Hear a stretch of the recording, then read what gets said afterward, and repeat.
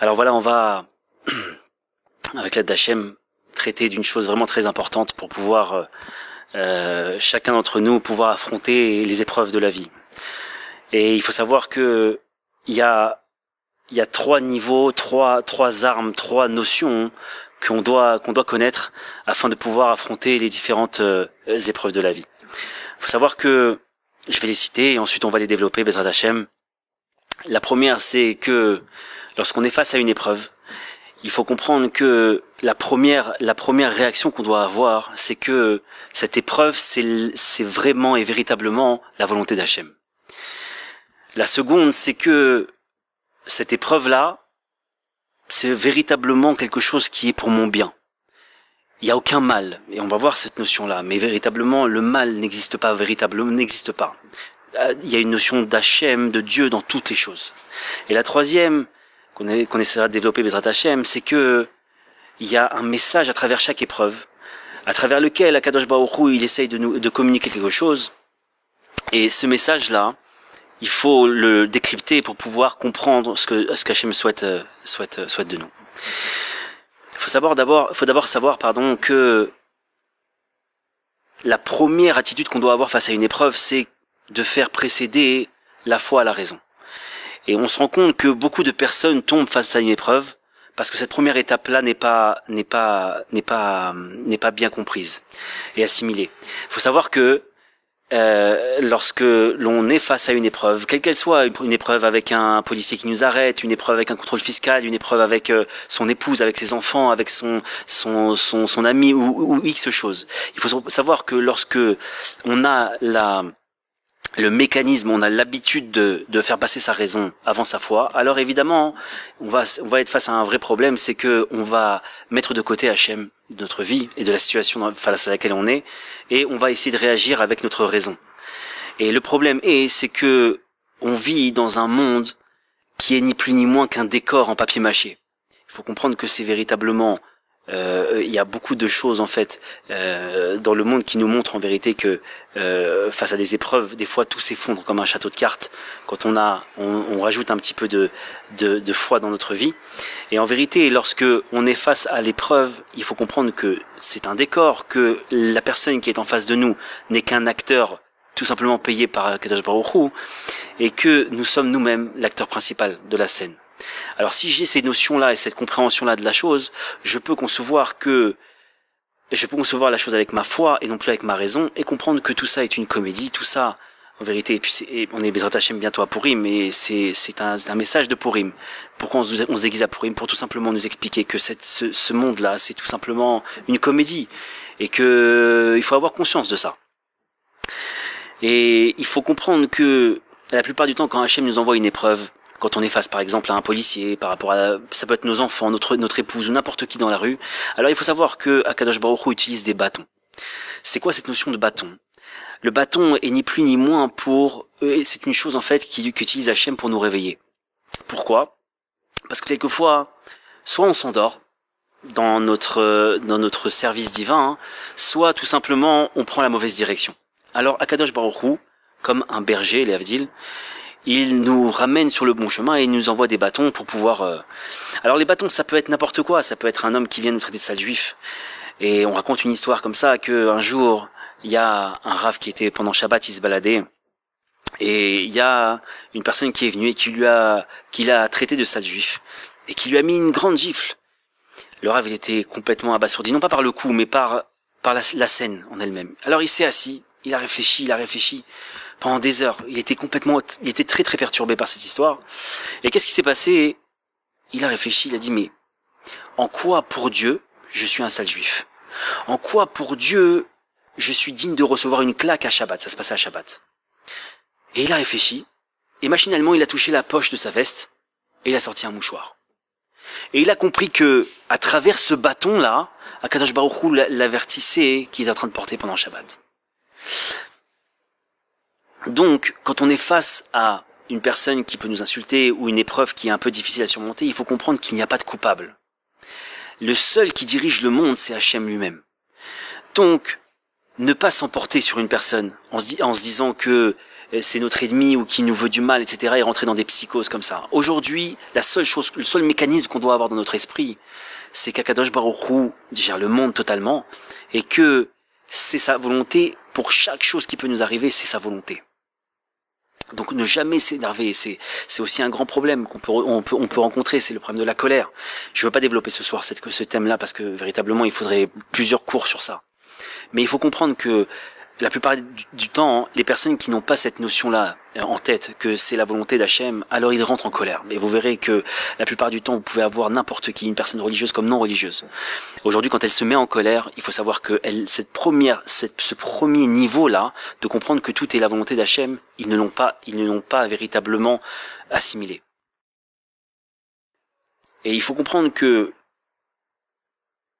il faut savoir que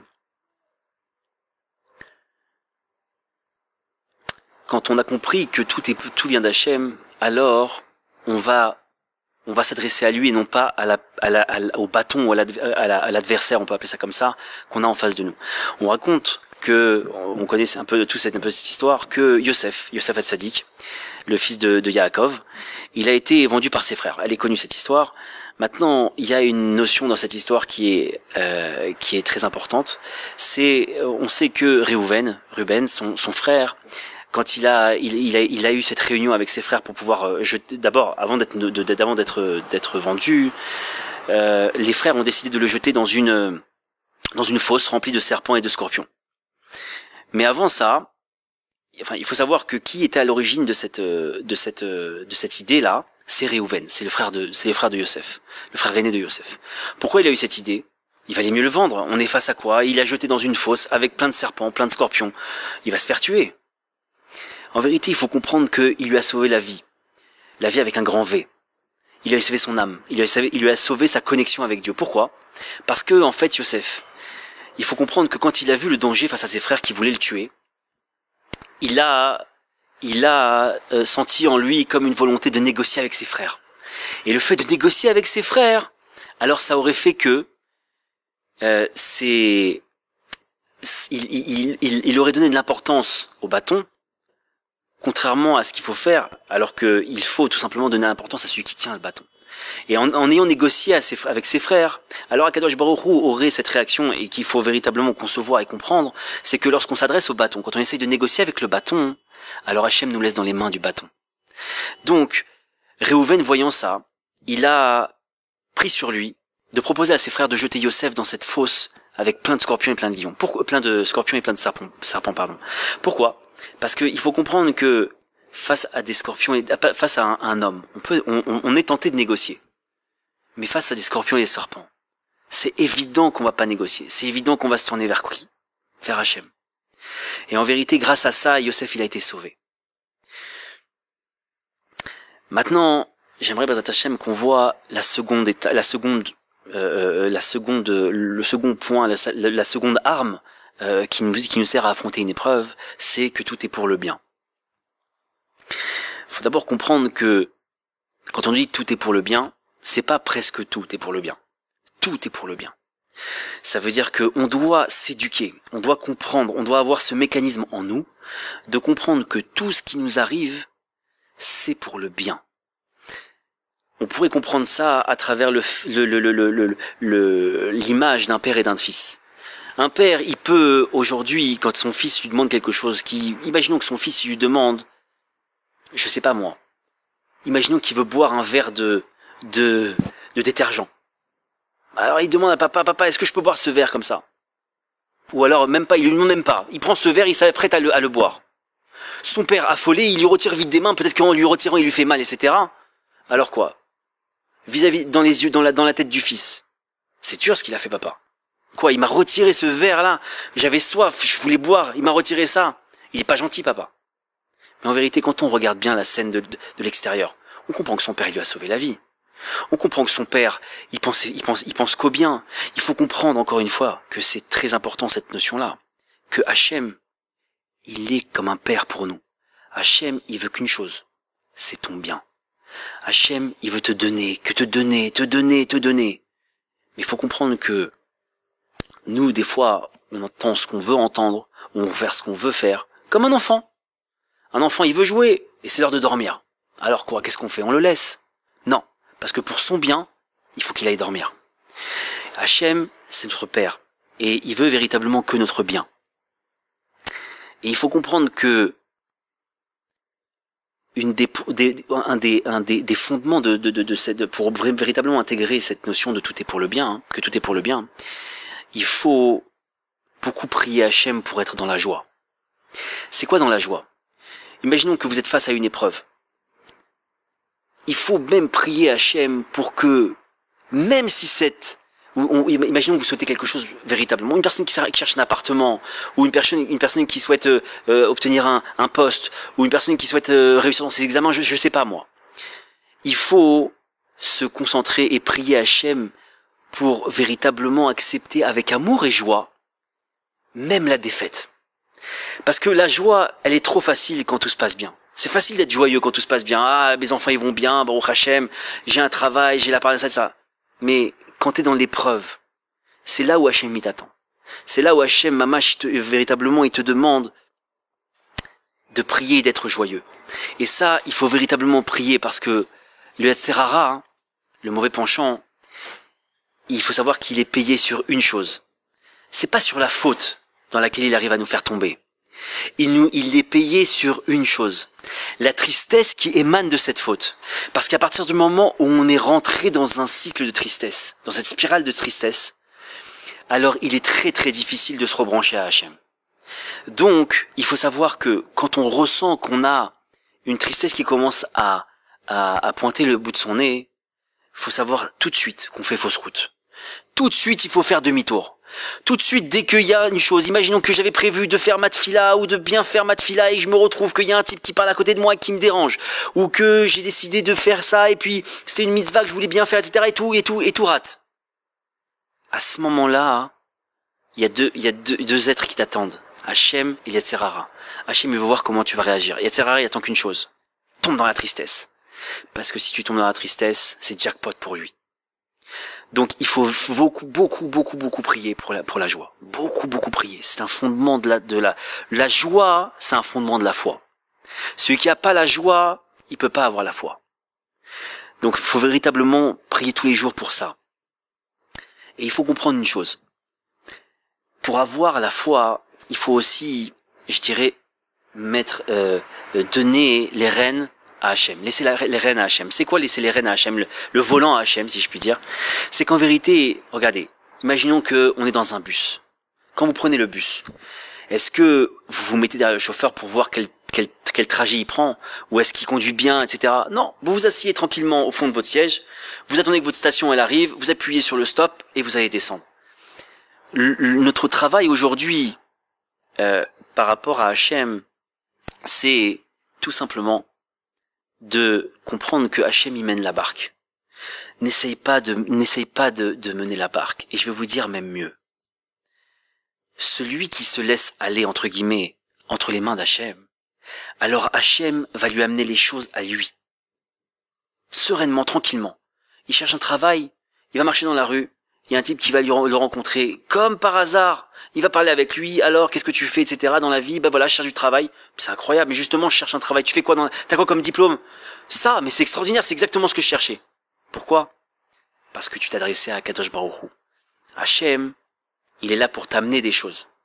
Maintenant, si toi, tu penses avoir suffisamment de force pour gérer ta vie toi-même, et croire que c'est ton bras et ta force qui font les choses, alors Hachem, il te laisse. T'es suffisamment grand pour te débrouiller. Bracha, vas-y. Maintenant, quand tu te branches à Hachem, quand tu fais confiance à Kadosh Baruch Hu, il faut savoir que lui-même, il t'amène les choses. Et c'est très important pour les personnes qui peuvent chercher un travail, qui veulent chercher leur âme sœur, qui ont des problèmes d'argent, qui ont des problèmes de quoi que ce soit. C'est pas la peine d'aller courir après les donateurs, c'est pas la peine la première étape que tu dois faire, la première étape, avant de faire ce qu'on appelle l'ishtadlout, ça veut dire de faire une action, la première étape à mener, c'est de prier Hachem. Parce que si tu fais ta première étape, si tu mets la première étape et que tu mets une action, alors tu vas avoir un problème à la deuxième action qui serait peut-être la prière. C'est que la première action, tu vas peut-être croire que c'est elle, finalement, qui est à l'origine de ça, et non pas ta prière. Alors que si tu mènes l'action, si tu mènes la prière avant ton action, il faut comprendre que tu vas être convaincu, et c'est une réalité, que Akadosh Baruch Hu est derrière ça. Donc c'est pour ça qu'avant de faire quoi que ce soit, il faut prier Hachem. Et après ça, ton cerveau il sera libéré.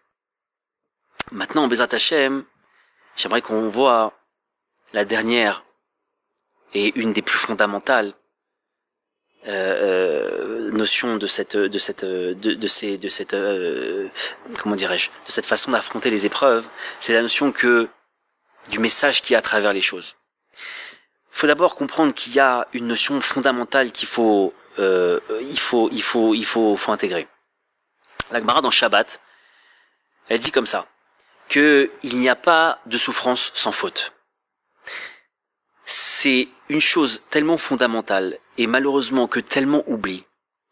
Parce que si je comprends qu'il n'y a pas de souffrance sans faute, ça veut dire que la première réaction que je dois avoir face à une souffrance, et la souffrance ça peut être un PV, ça peut être, on voit dans la Gemara aussi que il y a un listing comme ça de qu'est-ce qu'une souffrance. Il y en a certains qui disent que la souffrance, c'est de mettre un habit à l'endroit plutôt qu'à l'envers. Il y en a un autre qui dit que on met un habit qu'on a demandé à faire et finalement qui nous va pas. Et je crois que c'est Rabbi Akiva qui rajoute, si ma mémoire est bonne, que le fait de mettre on veut donner la tzedaka, on veut donner à un pauvre, et que on met sa main dans la poche et on voulait donner n'importe quoi, une pièce de 1 euro et on sort une pièce de 2 euros. Et le fait de remettre cette pièce-là dans sa poche et de devoir ressortir la pièce d'1 euro, ça c'est considéré comme une souffrance. Donc vous voyez que il y a des souffrances véritablement très très fines. Mais même ça, à l'origine de ça, il y a une faute. Alors, ça aussi, ça nous amène à comprendre une chose. Pourquoi on nous demande tellement d'étudier la Torah, d'approfondir la Torah, d'écouter des cours, de lire des livres, et je vous invite véritablement à lire les livres du Rav Arush, Behemet, c'est vraiment fondamental pour affronter la vie. Entre autres le jardin de la foi. Et d'écouter les CD. Et il faut comprendre que quand on a compris les mécanismes du monde, quand on a compris quelle faute peut être à l'origine d'une souffrance, alors, quand on a compris ça, dès qu'on corrige la faute, alors la souffrance s'envole. On raconte comme ça, c'est une petite parenthèse, mais on raconte comme ça que le Rabbi Chaim Vital, l'élève du Harizal, un jour il avait un problème à l'épaule, il avait mal à l'épaule. Et il allait voir son maître, il lui a dit mais je comprends pas pourquoi j'ai mal à cette épaule là, je vois pas ce que j'ai fait. Alors le Harizal il lui a dit regarde, c'est possible que tu fasses Maïm Acharonim. Maïm Acharonim en fait c'est lorsqu'on mange du pain et qu'on doit faire le Birkat Amazon, remercier Dieu pour ce qu'il nous a donné à manger. Alors on doit mettre de l'eau sur le bout des doigts. Bon, bref c'est et il semblerait que le Rabbi Chaim Vital il faisait mal la chose. Bon, je vais pas rentrer dans les détails, mais il faut savoir qu'il y a une connexion entre le fait de faire Maïm Acharonim, de mettre cette eau finale entre guillemets sur les doigts et le mal à l'épaule. Donc il a compris qu'il fallait corriger cette problématique-là, et Baruch Hashem, le mal est parti. Et il faut comprendre que cette notion-là, il faut la diffuser à tout le monde. Il faut la diffuser à tout le monde parce que aujourd'hui, les gens, ils ont besoin de réponses. L'homme, il souffre aujourd'hui beaucoup à cause d'une chose. Il n'a pas de réponse. Il se pose la question tout le temps, mais pourquoi? Et pourquoi moi? Et pourquoi ça? Et pourquoi si? Mais si il a cette compréhension-là qu'il n'y a pas de souffrance sans faute, aujourd'hui, il peut affronter une épreuve. Il peut affronter un problème. Il peut affronter une souffrance et faire en sorte qu'elle s'évapore, qu'elle s'en aille complètement. Il y a cette notion-là que je voulais voir avec vous. Mais il y a une autre notion qui est très importante. La notion en hébreu de mida keneged mida. La notion de mesure pour mesure. Tu as fait, on te fait. Tu as volé, on te vole. Tu as fait honte, on te fait honte. Ça, c'est autre chose de fondamental. Quand on a compris ça, on peut plus en vouloir aux autres. Pourquoi? Parce qu'on a compris que tout celui qui est à l'origine de la souffrance, c'est ni plus ni moins que soi-même. Parce que si quelqu'un il vient me faire honte dans la rue, dans le bus ou n'importe quoi, si ma propre femme ou mes enfants ils me manquent de respect, ça vient de moi. On dit quoi par exemple? Que la femme elle peut manquer de respect au mari, ou les enfants ils peuvent manquer de respect au père. Pourquoi? Parce que Mida keneged Mida. Pourquoi Mida keneged Mida? Parce que tout simplement le père, par rapport à sa façon d'être vis-à-vis d'Hachem, vis-à-vis de Dieu, sa façon de servir Dieu, il a cette notion d'arrogance. Alors s'il a cette notion d'arrogance, alors Hachem lui transmet le message à travers ses enfants et sa femme, qu'il est arrogant vis-à-vis de lui, alors il faut qu'il change. Et ça, vous pouvez le voir partout. Alors c'est fondamental de comprendre ça. Il faut comprendre que il y a aussi d'autres notions qui sont importantes. On dit que chaque tendon et chaque membre et chaque tendon, chaque tendon et chaque des parties du corps en tout cas sont rattachées aux mitzvot, aux ordres qu'Akadosh Baruch Hu il a donné aux Juifs de faire. Il faut savoir que il y a 365 mitzvot positives, me semble-t-il, et mais là, le chiffre m'échappe, mais en tout cas il y a 613 mitzvot, et il y a des positives et des négatives. Et chacune est rattachée à des parties du corps. Et 248 face à 365, voilà. Ça y est, pas au Hachem.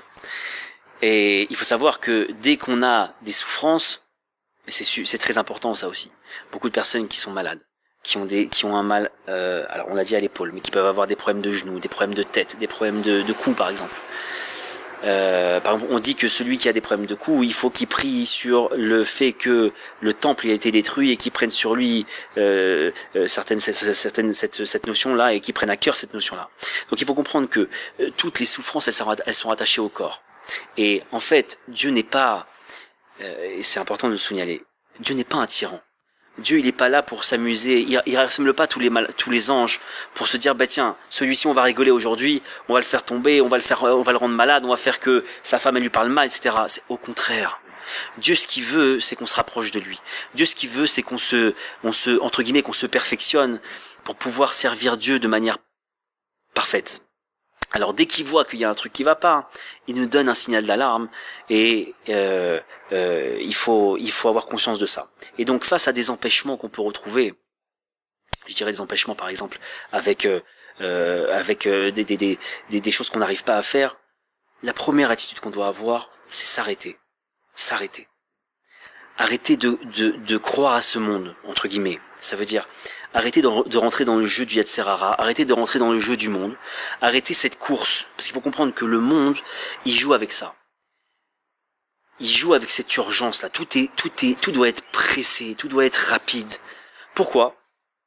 Parce que quand c'est rapide, t'as pas le temps de réfléchir.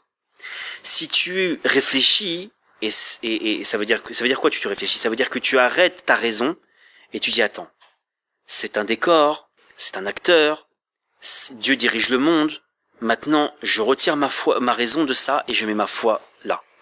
Et quand on a compris cette notion-là, quand on a compris que il faut pas s'empresser, pourquoi je parle de ça?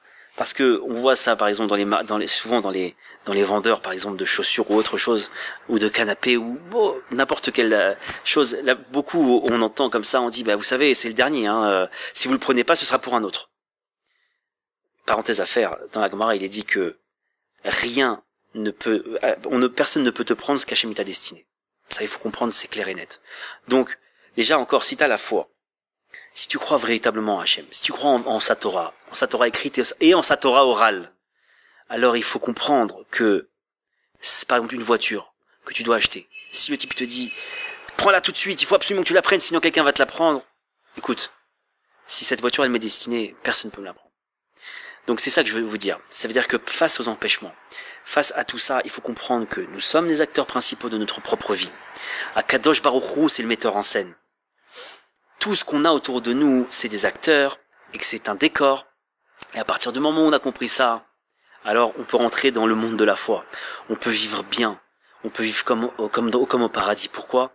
Parce qu'à partir du moment où je rentre plus dans ce mensonge, ok, il y a une épreuve devant moi, pourquoi je m'énerve? C'est Dieu. C'est un bâton, faut que je change. C'est-à-dire que il faut fermer les écoutilles, il faut fermer les oreilles, il faut fermer les yeux, etc. Il faut se concentrer, il faut se dire, regarde, en face de moi, Dieu m'envoie un message. En face de moi, je sais déjà que tout est pour le bien. Et en face de moi, il faut que j'ai un haut-parleur d'Akadosh Baruch Hu qui est en train de me dire, change. La seule chose que je dois écouter, c'est sur quoi je dois changer. Qu'est-ce que je dois changer en moi? Et quand j'ai compris ça, je suis au paradis. Alors qu'Akadosh Baruch Hu il fasse que Bezrat Hashem, chacun d'entre nous, on s'imprègne complètement de ces trois façons d'affronter l'épreuve, et qu'on fasse que on vive tous au Gan Eden au paradis, Bezrat Hashem, Amen, Ken Yiratzon.